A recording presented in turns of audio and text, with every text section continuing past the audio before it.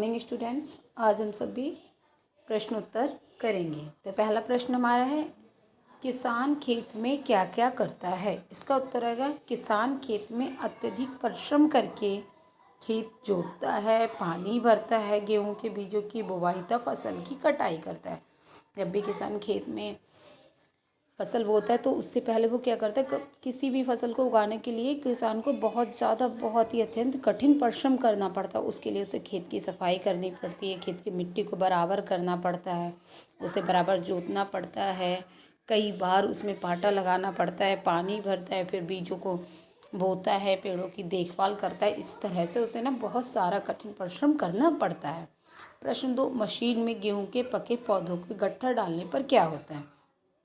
जब जो गेहूं के पौधे हैं वो पक जाते हैं, फिर उसके बाद किसान उसे काट लेता है। काटने के बाद क्या करते हैं, उसे गेहूं और भूसे को निकालने के लिए क्या करना पड़ता है, उसे मशीन में डालना पड़ता है। तो इसका उत्तर आएगा, मशीन में गेहूं के पके पौधों के गट्ठर डालने से भूसा और गेहूं के दाने अलग अलग हो जाते हैं।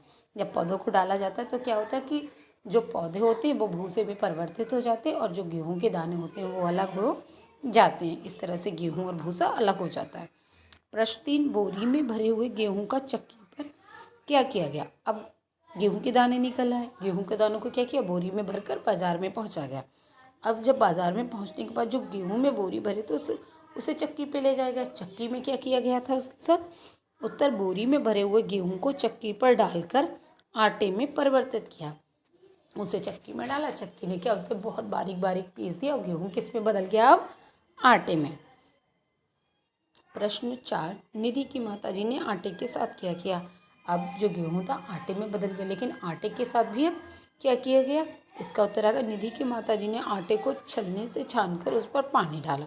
पहले क्या था, आटे को छलनी से छान लिया जिससे उसमें कुछ गंदगी कुछ भी हो वो निकल जाए। फिर उस पर अनगिनत मुक्के बरसा दिए, मतलब फिर उसे अपने हाथ की सहायता से उस आटे को ठीक किया। फिर बेलन से उसकी ठुकाई करके उसका गोल आकार बना दिया, मतलब फिर उसे बेलन से उसे अच्छी तरह से उसे गोल आकार दे दिया। प्रश्न 5, रोटी ने निधि को क्या सीख दी।